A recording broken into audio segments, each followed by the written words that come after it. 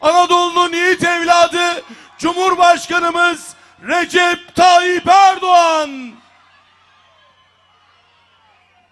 Emeğin, bereketin, kardeşliğin şehri Malatya'mızın güzel insanları, sizleri en kalbi duygularımla, hasretle, muhabbetle selamlıyorum. Darende'den Pötürge'ye, Arapgir'den Doğanşehir'e, Kale'den Hekimhan'a, Yeşilyurt'tan Arguvan'a kadar Malatya'da yaşayan her bir kardeşime sevgilerimi, muhabbetlerimi gönderiyorum.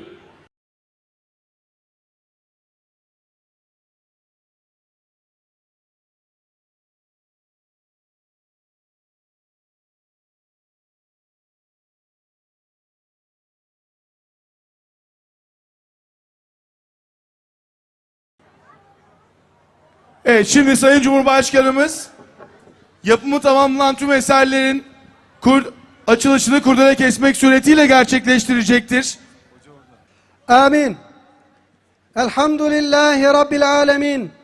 Ya ilahel alemin, ya Rabbel alemin. Dualarımızı 3 aylar hürmetine kabul eyle. Ya Rab, yapılan bu eserleri hayırla kullanmayı nasip eyle. Ya Allah! Bismillah!